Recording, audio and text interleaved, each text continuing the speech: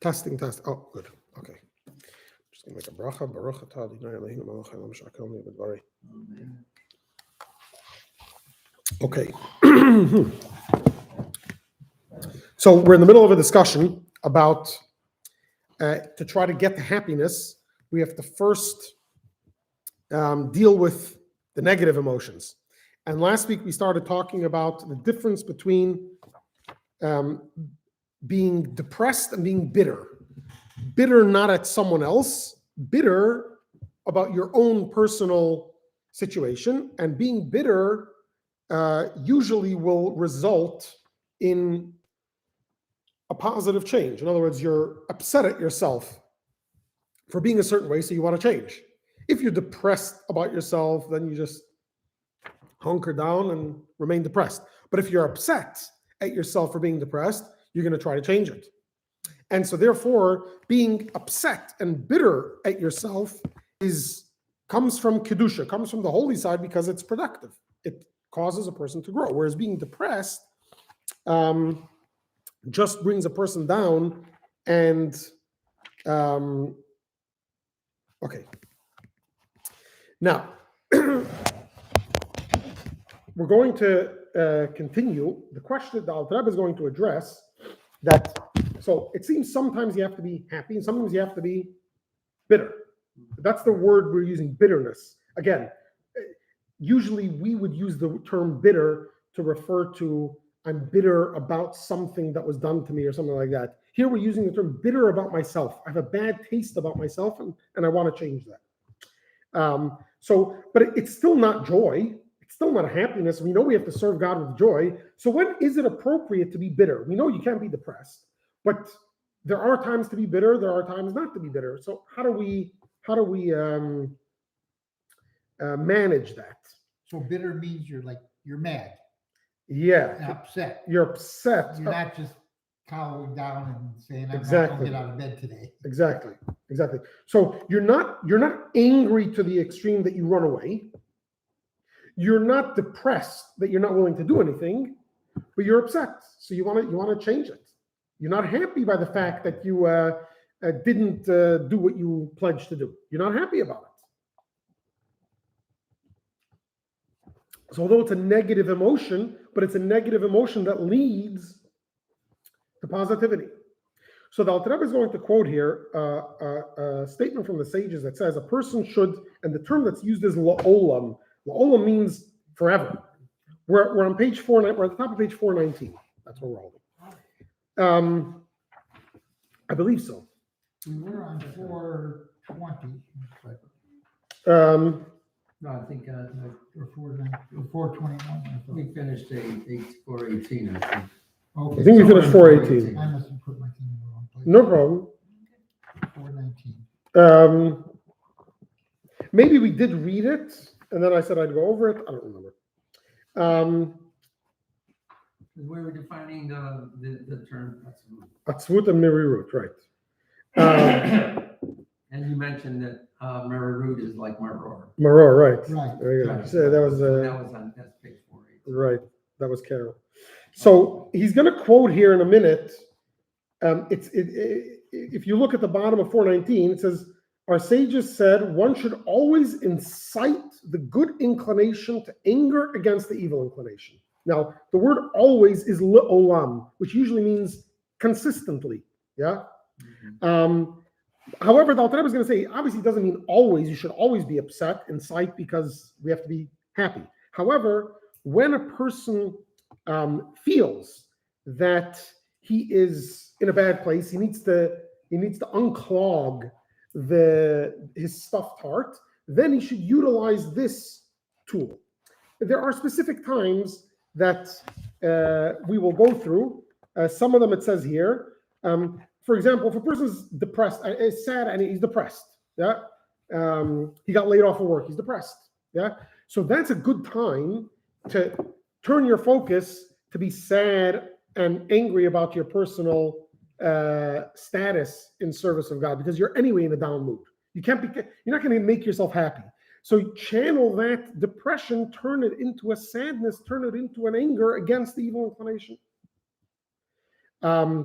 sometimes at a funeral, when they give eulogies, a lot of times there are rabbis, there's a lot of rabbis, and they want to outdo each other. So they'll use the opportunity to wake the crowd up, to encourage them to do tshuva, to fix their ways. Why?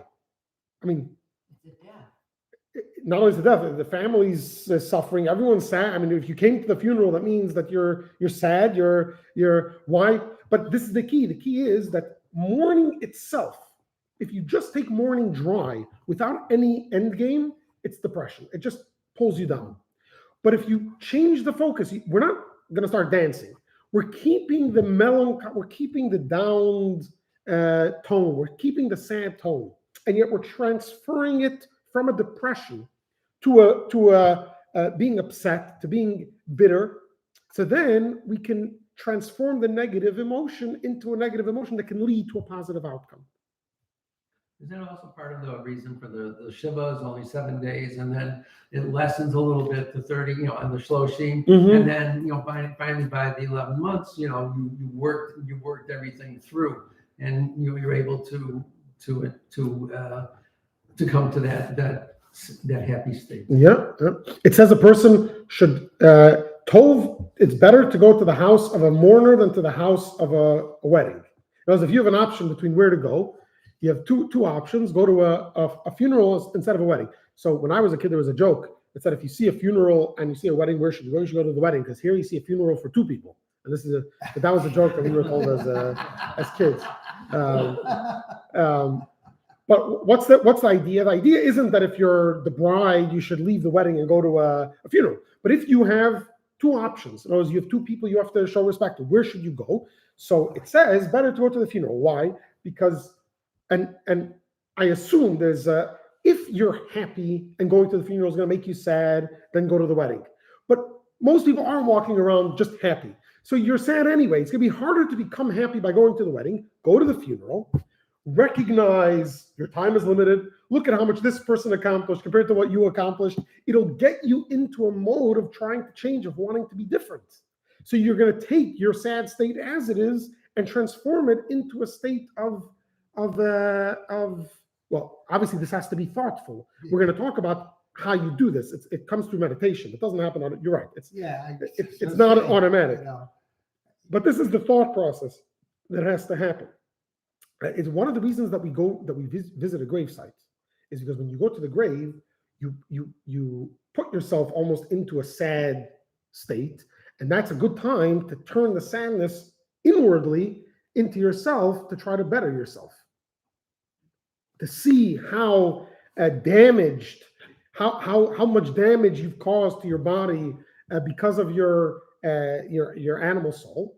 And transform. We haven't touched on the godly soul yet. We're going to get to that in a few, hopefully soon today. Okay, let's look here. Okay, so we're at the bottom of page 419, last paragraph. Yeah. For this reason, our sages said one should always incite the good inclination to anger against the evil inclination. The word "always," one should always incite, is, however, to be understood in a qualified sense. Joy, not severity, is usually the proper setting for divine service. Thus, when our sages state that one should always incite the good inclination, this means whenever he finds it necessary for himself. So as this should be the tool he goes to, but not that he should be a constant state of anger, because you have to be happy. As, for example, when one sees that the arrogance of his animal soul does not permit the light of his divine soul to penetrate his heart, causing timtum halev, right? We said this is a stuffed heart. But there was a different term we used last week. Numbness. Like his heart is numb. You want to bring it to life. So this is the tool that we use. There's one thing that I find when I do my morning prayers. My nights aren't too good. I have a lot of bad dreams and stuff. Okay. So when I do my morning prayers, I don't start out with joy. But when I finish my morning prayers, I am in much better shape. But hold it.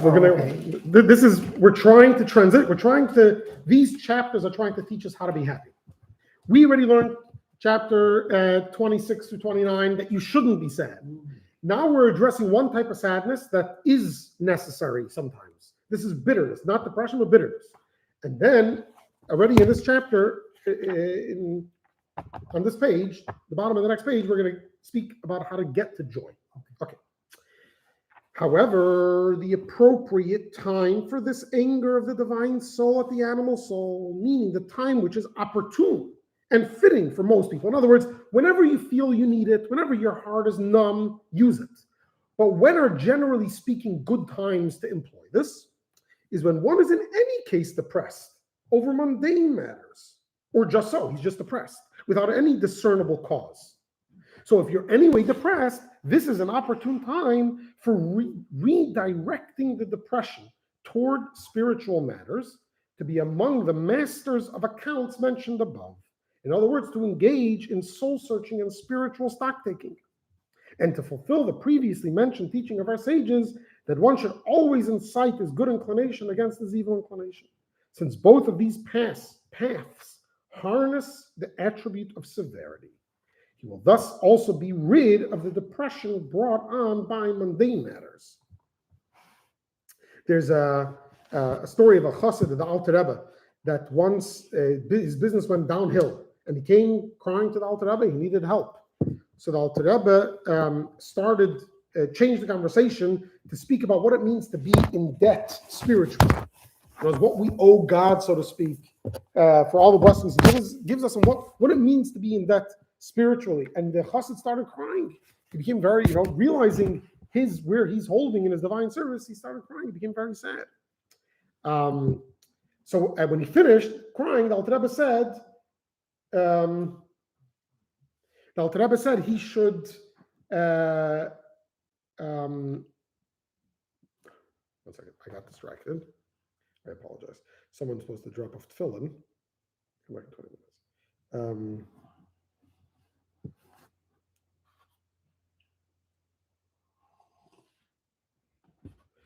Okay.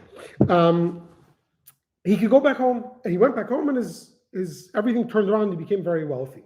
Later, the Alter Rebbe explained what happened, what he said in Tanya. The Alter Rebbe helped him with what it says in Tanya. He was sad and depressed because of his financial situation, which is a reason not to be depressed, as we discussed in chapter 26, because everything comes from God, and God is good. There's no reason to be depressed by that. Yeah. But because you're depressed, and if I tell you don't be depressed, you're not going to stop being depressed. So instead, the Alter Rebbe helped him change the depression into a spiritual depression about his spiritual status. And instead of depression as in to give up, the Alter Rebbe tried to push him to use it as like an anger to motivate himself to do better. Once you do that, so first of all, you've accomplished something spiritually, you've grown spiritually. You've also stopped worrying about the physical, because there's no need to worry about the physical, which in itself brings the blessings from God, and you became all together. But here comes Jay's question, and that is, well, it's not the question you asked. The question is, how do you do that? How do you try? If I'm depressed, I don't want to be productive. I don't want to get up and think something productive. I just want to turn the light off and go to sleep, or lie in bed and cry. How do I get myself to transition from the depression to the bitterness? And like everything else in Tanya and in Chassidus and in Judaism, but the way Tanya teaches us, it comes through meditation. We have to use our minds, because the heart is a direct link to the mind, and the way you think will change the way you feel. Where does depression, the feeling of depression is a feeling of giving up. There's no hope. Because there's no hope, I have zero desire to try to change, because I don't believe I can change. What do we try to do when we encounter someone who's depressed? What do we try to do? Try to tell them you're not alone. You're not the only person going through this. Why? Why does that help? So millions of people are depressed. Why does that help me stop being depressed? And the key is that I think that telling someone that you're not the only person. There are other people that are either more depressed than you, or even the same, or even less. But he looks around and he doesn't see millions of people that are just staying home all day doing nothing. So obviously, there is a way out. He just has company. no, because that in and of itself just makes you more miserable. That's misery, right? But when you see other miserable people that end up leaving their misery, now there's hope. Now you believe maybe I could change, even though right now I don't feel I could change. As long as you don't believe you could change, you'll never stop being depressed. Because what's there to look forward to if I can't change? If I can't make things better, what do I have to look forward to? But if one day I believe that I can get better, this is not your average sadness that, you missed a game once, now you're sad, but this is something that causes real depression that can lead to what leads to suicidal thoughts? Yeah.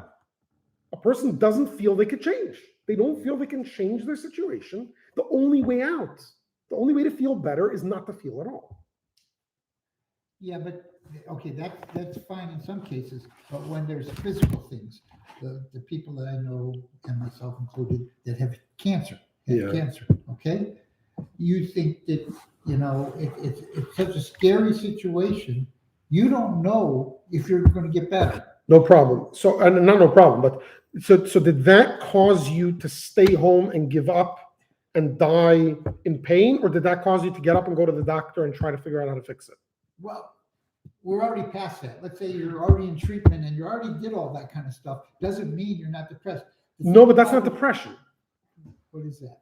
Depression is where you give up, where you're being dragged down. That's being sad. That's being unsure, worried, concerned. Fine, but that's a negative feeling that leads to doing something.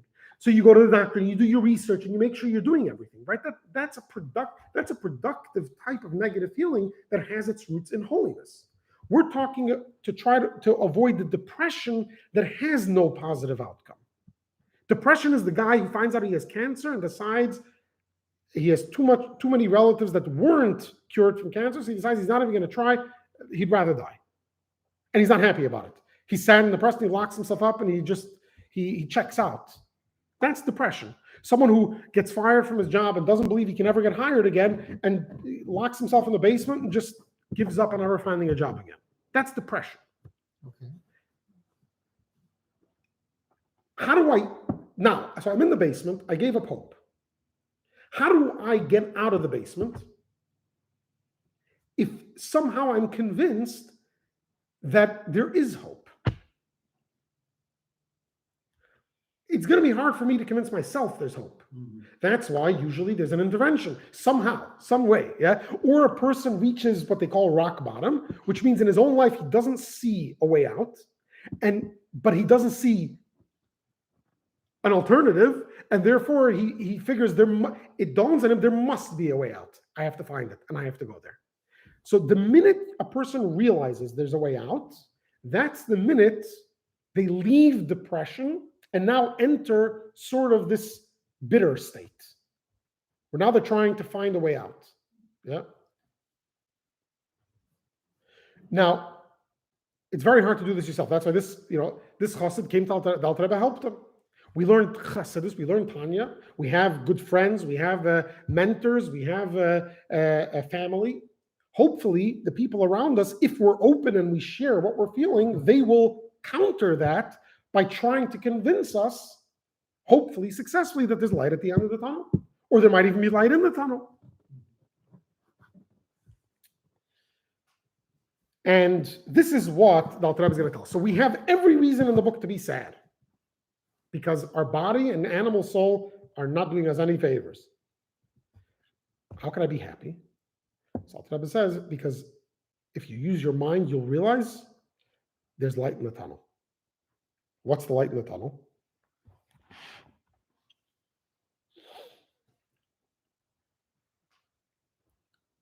The godly soul.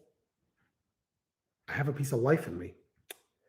And this piece of life, this godly soul, It's a terrible, terrible pity on him or her. When you see someone ruffling through the garbage looking for food, do you have pity on them? Usually. When you see a rat looking through the garbage, do you have pity on it? No. Why not? Because the rat's out to destroy me, whereas the person is just trying to help themselves. Well, the rat just normally helps. But why do you have pity on the person trying to help us? Why do you have a feeling of mercy? Why do you have a feeling of pity? Why do you feel bad for them? They're trying to help themselves. What's there to feel bad about? They're doing something noble. They're looking for food. Why do you feel bad about them? And not why don't you feel angry at the rat? You probably are angry at the rat. He's tearing apart your garbage bag and making a mess. Yeah. But why don't you feel pity if you feel pity for a person? Because a person can be in a better place. Oh, in other words, the rat is where it's supposed to be. You don't expect the rat to be anywhere else but the garbage can. There's nothing to be pity. There's nothing to invoke pity. When you look at a person, you know the person can do better than that. And they're not. That creates an emotion of pity inside of you. When I look at my godly soul, who's capable of having this infinite, passionate love affair with God, and it's locked up in prison in my body, controlled by my animal soul, then I'll have pity on it. What happens when you have pity on something? You try to help. You want to help. If you can't, you look for resources to help if you truly have mercy on them. So when we think, meditate about the fact that together with all this nonsense in my life, I also have a godly soul. And because my godly soul is overpowered with the nonsense of my body and animal soul, it's a pity on him. He's literally in prison. He's sitting there. He wants to express himself. He wants to jump up and down, and he can't. Because it's busy job and work and this hobby and that hobby and this obsession, that obsession. It doesn't have time to express what it wants to express. That's a tremendous pity. And that will hopefully motivate you to try to release it. Try to uncover it. Let's look. Let's look here. Okay. Um,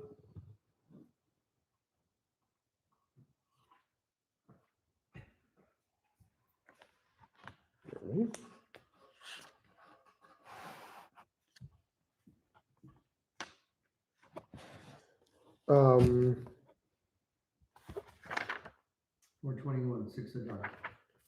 okay, yeah. He will then arrive at a true joy as follows. In order to comfort his heart, in order to comfort his heart in double measure, let him, in the wake of the above words of truth concerning his lowly spiritual stature, tell himself the following. The comfort is a dual. Not only is his depression let him say to his heart, indeed, without a doubt, I am far removed, utterly remote from God, and am despicable, contemptible, and so on. But all this is true only of me. Remember in chapter 29, we said, what is the me of the Beinoni? The body and the animal soul. That is my body and the animating soul within it. So that's who I am because that's who I pay attention to. Yet within me, there is a veritable part of God which is present even in the most worthless of my fellows. So that even if I am no better than he, I still have this part of God within me, namely the divine soul and the spark of godliness itself clothed in it. Animated. It is only, so why don't I feel that? Why isn't that me? It is only that when the body and animating soul are in such a lowly state, the divine soul is in exile within them. If so, on the contrary, the further I am removed from God, and the more despicable and contemptible I am, which sort of creates a feeling of sadness, but at the same time, I remember the deeper in exile is my divine soul, and all the more is it to be pitied. What happens when I find pity on my animal soul? Therefore, I will make it my entire aim and desire to extricate it from this exile and to return her to her father's house. In other words, to its source and its original state as in her youth. What does it mean in her youth? In other words, as it was before being clothed in my body, when it was completely absorbed in God's light and united with him. Now too will it likewise be absorbed. In other words, that's the way it was in its youth. Now I'm going to try to restore it, and now too it will likewise be absorbed and united with him once again, when I concentrate all my aspirations on the Torah and the mitzvot in an effort to clothe therein all of the soul's 10 faculties. In other words, by applying my mental faculties to Torah study and my emotive faculties to the performance of the mitzvahs, with the vitality lent them by the love and fear of God, as explained above in chapter 4, thus will my divine soul be reunited with God. Especially in fulfilling the mitzvah of prayer, will I try to release my divine soul by crying out to God because of the distress of its exile in my loathsome body, so that he release it from captivity and bind it to himself. It's almost like when you see someone in prison, sure, you have pity on them, but you don't want them out of prison. But when you see someone that you believe is innocent in prison, now you're not going to stop until you get them out. Why? Because someone who committed a crime is in prison, sure, there are many bad people around. You belong there, yeah? But someone who didn't commit a crime and is put in a place that's a very dangerous place, you worry for their safety every day. And you're going to do whatever you can to get them out. So the godly soul, when you recognize what type of exile, what type of prison it's in, and you realize how sad it is for the godly soul that it can't express itself. Anytime you want to do a mitzvah, your animal soul tells you, yeah, not today, you don't have enough time, you'll do it a different day, you'll do it tomorrow. You realize it can't express itself. You have pity on it. There's a story of there was an elderly Jew somewhere in England, in the UK, that was a candy man in shul. Every shul is a candy man. You know what a candy man is? So all the kids that come to shul, so during the reading of the Torah, you want all the kids to be quiet. So before the reading of the Torah, there's someone that gives suckers or whatever it is to the kids, like this, to keeps them busy. It keeps them busy. It also keeps them quiet, hopefully. Not always does it work for too long, because after a candy or two, then they're even more hyper. But It's already post reading. But at least, well, not always.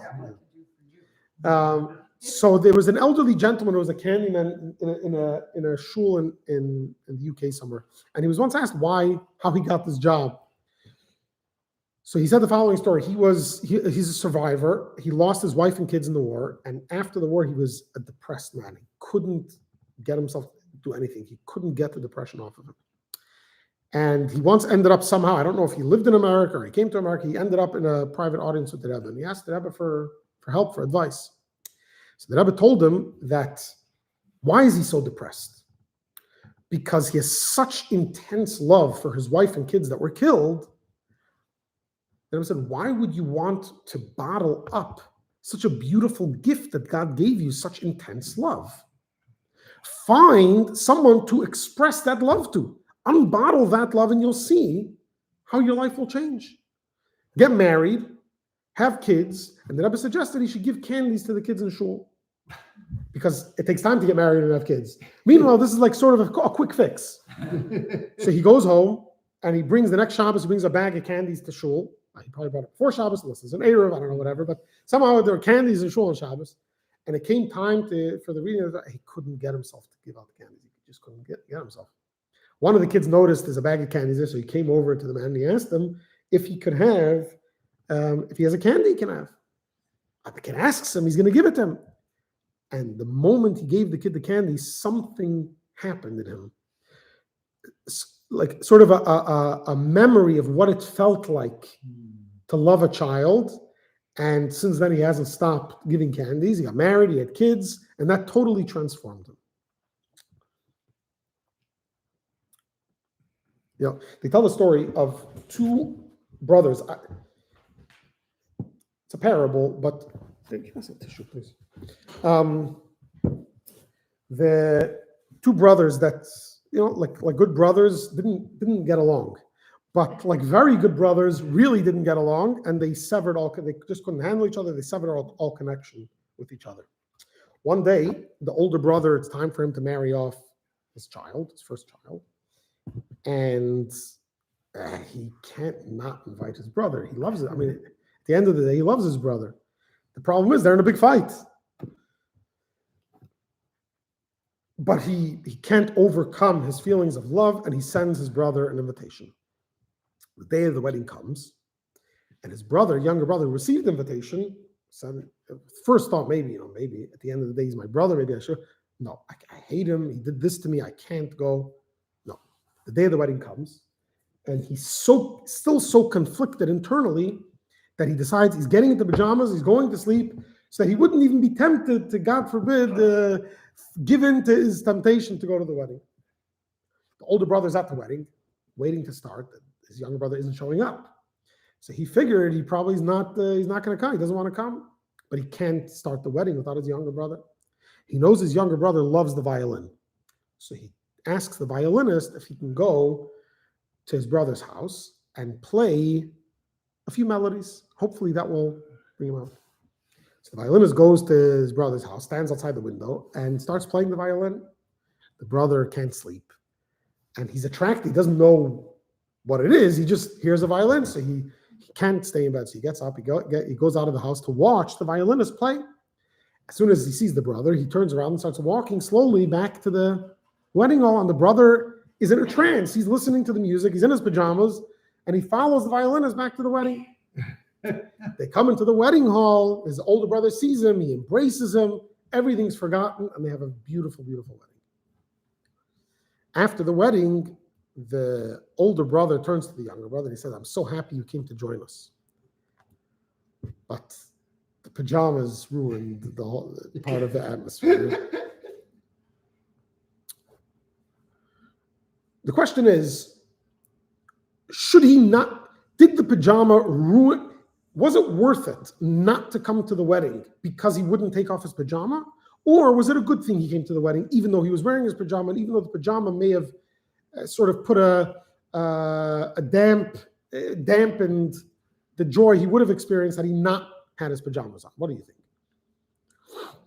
I think it Shouldn't have mattered. It shouldn't have mattered, or you're saying he should have gone even though he was wearing a pajama? Yes. Yeah. That was more important than the pajamas. Right. The fact that he showed up. Is it okay that the brother was annoyed that he showed up in pajamas, or he should have been happy he came? He shouldn't even have mentioned the pajama. You shouldn't have mentioned the pajamas. He shouldn't have mentioned it. So, many people that at a certain point in their life decide that they want to become more,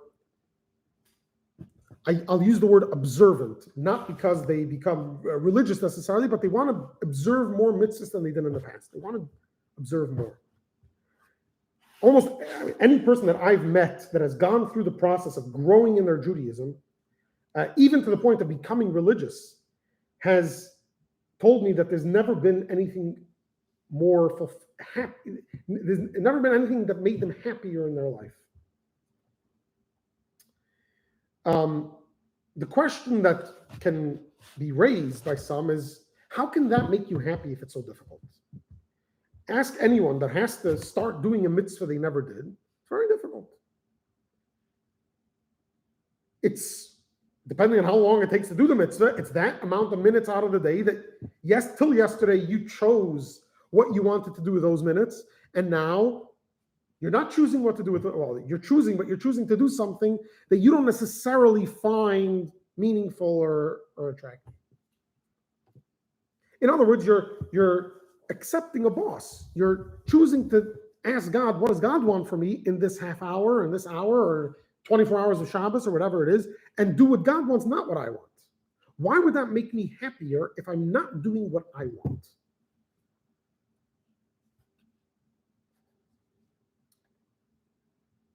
And I think the simple answer is that a person experiences joy and happiness not necessarily when they do what they think they want, but what they truly want.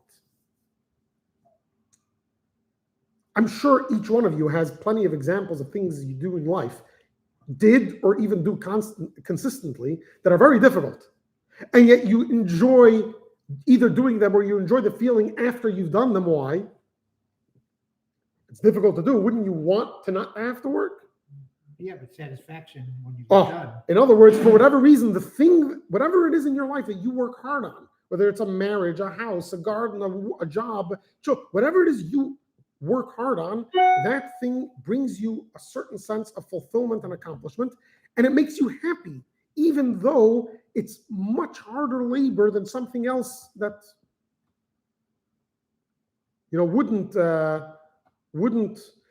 Let's say a person really wants to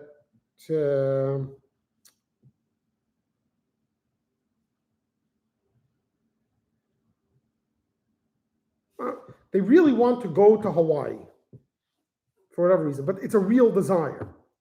And they're told you can go anywhere in the world, all expenses paid besides Hawaii. Are they going to be happy? Probably not, right? Why? You're getting a lot more benefit. You get everything you would have enjoyed in Hawaii, you're going to enjoy tenfold everywhere else. But it's not what you want to do. It's everything but what you want to do. So when a person who's Jewish didn't always observe mitzvahs and now starts observing mitzvahs, they are tapping into a desire they may themselves not have ever known they had. In other words, the godly soul, which is now coming out in its commitment to doing mitzvahs, is experiencing a type of fulfillment that it never even knew it craved. Because the godly soul was sort of in a prison. It was locked up. It wasn't allowed to express itself. We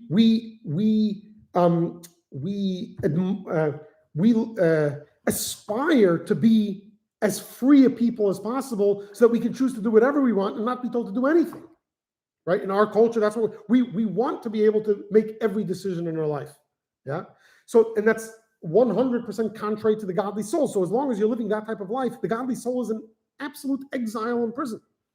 The minute you start observing mitzvahs, the minute you start letting the godly soul out of its cocoon, that's the minute you start experiencing real joy.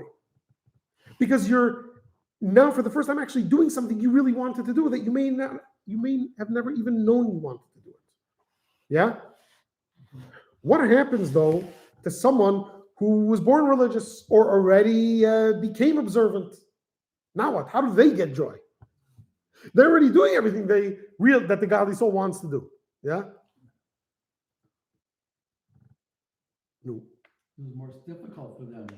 Difficult to do what? I For mean, what? if they're already doing all the mitzvahs, and they're still depressed, what else can they pile on, to get them out of that So, funk, so to speak. the word tshuva, someone who becomes religious, a lot of times referred to as a Baal tshuva, someone who did tshuva. What does it mean?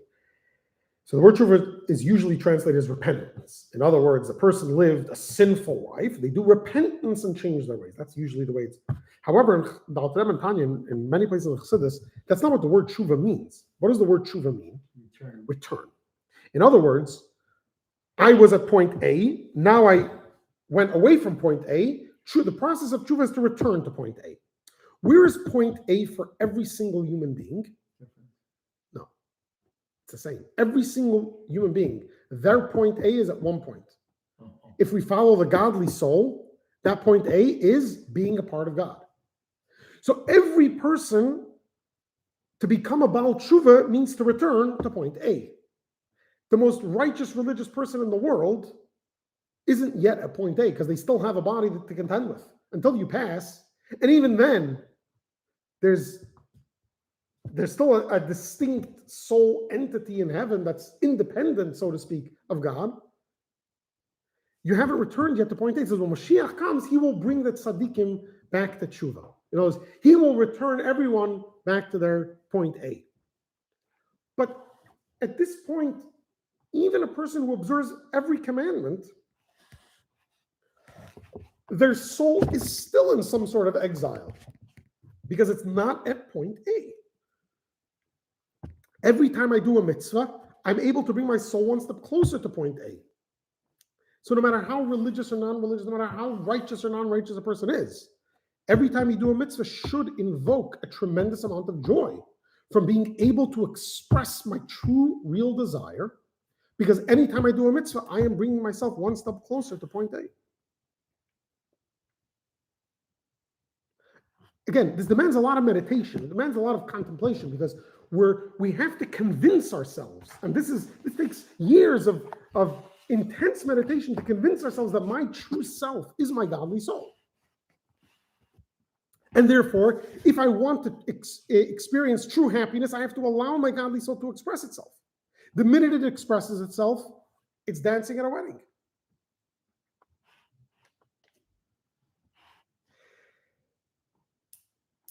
The last paragraph on page 423. This service of God, in which one seeks to restore the soul to its source, is referred to as tshuva with good deeds. How do you put tshuva and good deeds together? Tshuva seemingly means fixing the past. Good deeds is present. Why are we putting them in the same sentence? So he says, this denotes the good deeds which one does with the intention of returning the soul. Tshuva in the sense of return, which is a part of God, to the divine source and root of all the worlds. This, if you're able to do that, this is a tremendous joy that's uncovered within the person. This can lead a person to tremendous joy. Now, the person still has pajamas, right? Because they still have the body and the animal soul. We'll deal with that soon. But even though we just finished the first half of the chapter saying that a person is saddened by his state of his body and his animal soul. In other words, he's wearing pajamas. He's not excited. But when you realize that inside that body with pajamas, there's still a godly soul that wants to express itself, and you allow it to express itself, for the next few hours, it's in ecstasy. It's dancing at a wedding. It doesn't even realize it's wearing pajamas. Yeah? This then should be one's lifelong aim in the service of God with great joy. The joy of the soul upon leaving the loathsome body and returning. This is not afterlife. This is during one's study of the Torah and service of God through prayer, to her father's house as in her youth. In other words, to the unity with God that it enjoyed before it descended into the body. This corresponds to the statement of our sages that one ought to engage in tshuva throughout his life. Yeah, if tshuva just means repenting for sins, not everyone sins every day. And even if you do tshuva and that's it. What are you doing tshuva for tomorrow?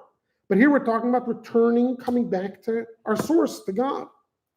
Surely there is no joy as great as that of being released from exile and captivity. It is comparable to the joy of a prince who was taken captive and was subjected to the hard labor of turning the millstone in prison while covered with filth. And after experiencing that, who then goes free to the house of his father, the king. There's were you here when we did the music presentation last year, the Hasidic melodies? Yeah. So one of the songs that was sung and explained was the song of Shamil. Familiar? Someone. Shamil was they were the mountain ranges in Russia, going back a couple hundred years. I forgot which mountain ranges they were, but there were a whole bunch of like tribes and groups that lived on these mountains that had their own ruler, their own states type thing. When the Tsarist Russia was trying to expand its borders, and they tried to conquer these tribes, because they were on the mountains, they had a very hard time. There was one particular tribe that the leader of this tribe, his name was Shamil. The Rebbe shared the story every Simchas Torah from 1955 till 1963. The Rebbe, for 9 years, the Rebbe taught a Hasidic melody like 6 o'clock, 5:30, 6 o'clock in the morning on Simchas Torah morning. After dancing Akafas, the Rebbe would teach a Hasidic, a tune, a song. And as an introduction to this song, the Rebbe shared the story that he heard from Hasidim. And so this Shamil, the Tsar couldn't capture him. One day, the Tsar made a ruse. He offered Shamil peace. He knows he can't capture him. Let's live peacefully next to each other. Shamil came down the mountain to sign the peace treaty with the Tsar, and he was captured and imprisoned. While sitting in prison, he had a lot of mixed emotions. On the one hand, he had fond memories of his days leading his people as free people. But then that turned to negative emotions about his present state. But at the same time, he was hopeful that the future he'll be able to be freed and go back to leading his people as him and his family did for generations. And he composed a song, a tune, that carries this theme in the 3 stanzas of the tune. The first tune is like upbeat as a memory of the past. The middle stanza is more melancholy, recognizing his current state of affairs, and the future of hope. And this is the metaphor. It's a story. The Rebbe used it as a metaphor for our service to God. We were once part of God. We were once pure. We were once in our youth. Our soul was connected to God. It wasn't muddied by all our earthly experiences and desires. Now we recognize that our godly souls in a state of imprisonment. But at the same time, we're hopeful, and we know that every mitzvah we do and every minute we study Torah, we can get ourselves out of this mess that we've created. No. But we still have to deal with the pajama, because at the end of the day, we're dancing, we're doing mitzvahs, we're all excited, but we're schlepping this pajama with us. So you'll say, forget about the pajama.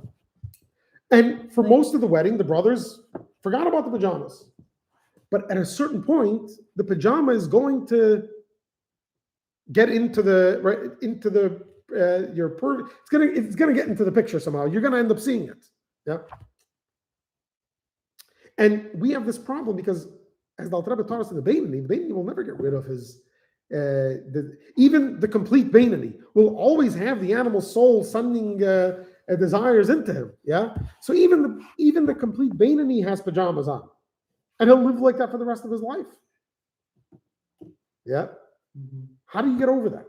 Is the pajama sort of like a metaphor for like klipa? Yeah. Okay. In other words, it's the pajama in the metaphor represents the person's desire not to participate in the wedding, right? His desire to stay home, his desire to be selfish, to self-indulge. Mm-hmm.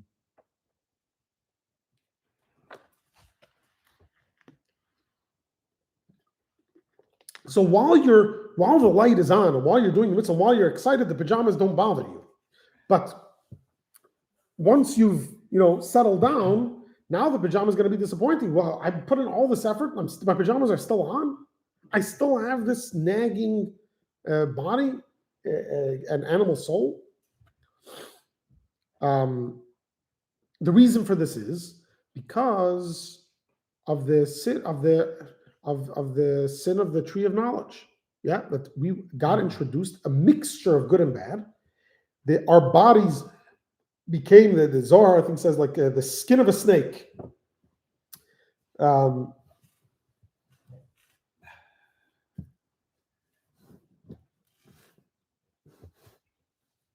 According to one opinion, that's the clothing that God made for Adam and Eve was the skin of a snake. In other words, that the part of our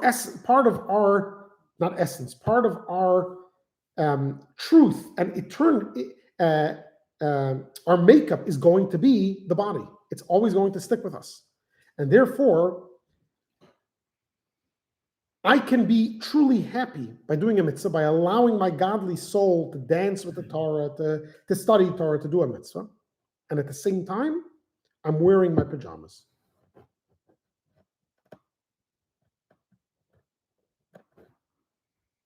How do I get over that? But the skin of the snake can be shed.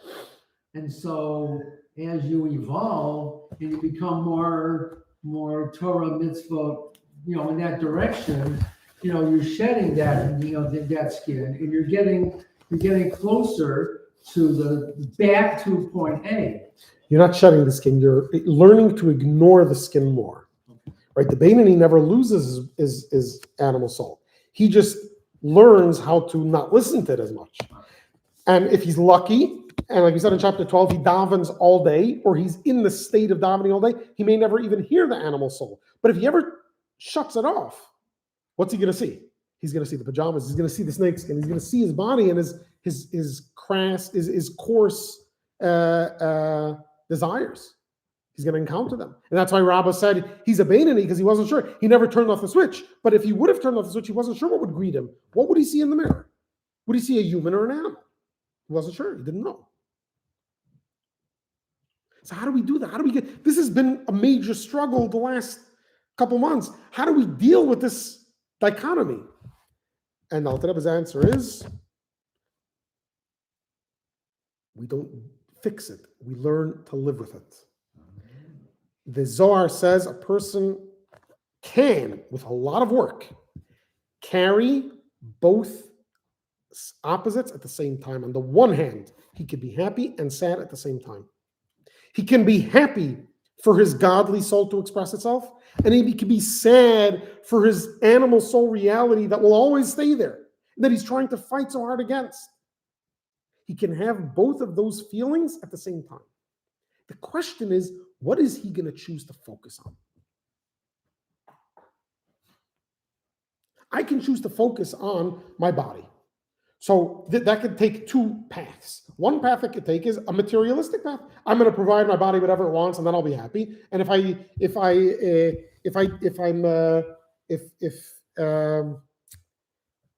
it's withheld from me, I'll be depressed and sad. Or you could take even Jewish approaches that focused a lot on breaking the body, negating the body. It's a very body-focused approach. In other words, my soul is pure. I don't have to work on that. I just have to work on breaking all of the obstacles in its way. Yeah. So for hundreds of years, thousands of years, Jews fasted a lot. They tried to rise above their bodily needs and desires, because the body was just an impediment. It was just a stumbling block to the soul. But at the end of the day, my world revolves around the body. I'm body focused. So even if I manage to break the body, it's still depressing that I have the body. I'm still in a downed mode, a downed feeling, because I'm dealing with the body. Alter Rebbe tells us, yeah, you're always gonna have the body. Forget about the body for now. Just focus on the soul. Try not to look at the body. If you spend your time not looking at the soul, you won't give in to anything the body has to offer, because you won't be dealing with it. You don't have to break the body. All you have to do is ignore it. You can't ignore it if you don't have something else to pay attention to focus on. So draw all your attention to the godly soul, and your body will stop being a problem. Yeah, if you stop to think about it, it'll cause you to be sad that you have to deal with it. But then at that moment, you're not thinking that. Then the body becomes the main thing. Keep the godly soul the main thing. So in chapter 29, Alter Rebbe told us that the Beinoni, for him, the body and the animal soul is primary, is the main thing. But a Beinoni can change that, even if not 24/7, 5 minutes a day, on Shabbos, here or there, when you're doing a mitzvah. Make the soul the primary. When you make the soul the primary, the body's, you don't have to deal with it or not. It's not part of the equation. The soul will tell you the body has to eat, because it's trying to learn, it's too hungry. So you're going to eat. Well, why are you eating? You're not eating because the body wants to. You're eating because you have to get to class and you're hungry. So then when you get to the fridge, you're not going to care what comes. You're not going to look for the thing that tastes the best, even though it's not healthy. You're just going to look for the thing that's going to give you the most nourishment possible so that you can last through class and pay and focus. If your whole life revolves around that, then you don't even have to deal with the body and the animal soul. There's no a regimen or work process to be done. The work process is to change your focus, because again, the person will always have the animal soul and the godly soul. He will always have reason to be sad and reason to be happy. The question is, which one will you focus on? And yeah, at times you will feel from your peripheral vision, you will see the body, and you'll become saddened by it, but that won't take away from the joy you're experiencing at the same time from the godly soul. Because that's what you're looking at, that's what you're focused on. Yeah, from the side it's blurring a little and it's saddening a little, but you're still focused on the road, you're still looking at the front, you're still looking at what makes you happy.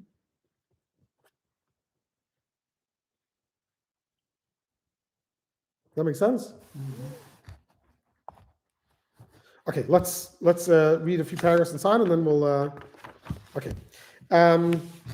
just a few paragraphs over here. The second paragraph on page 425. True, the body remains abominable and loathsome, and as the Zohar says, it is called a serpent's skin, since the essential character of the animal soul has not been transformed to good, so that it might be absorbed into the realm of holiness. So there's an opposition here. There's an enemy.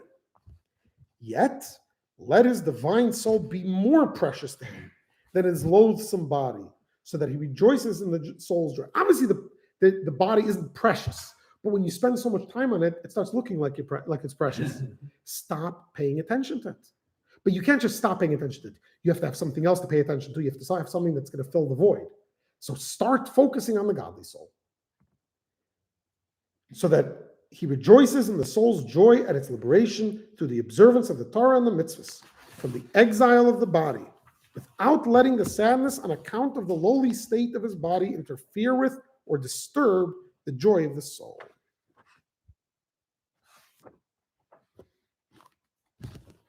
Okay, let's pause here. They tell the story of the king that tasted kishka, and he thought it was amazing, so he asked his chef to learn the recipe. The chef learns the recipe, comes back to the palace, makes the kishka, and he brings it in, and the room smells to high heavens. And they don't understand what. So the king asked the chef, "Did you follow all the steps?" He says, "Yes." He says, "Bring me the list of instructions." He brings it to them, and they realize the mistake. He never cleaned the kishka before he made it. Yeah. So it's true that sometimes if you try to make kishka with a dirty intestine, you're going to have smelly stuff. But here, the godly soul and the animal soul are not one and the same. The godly soul is separate. If you let the godly soul express itself, sure, there's still schmutz, but it's not going to dampen the joy you experience from the way the godly soul expresses.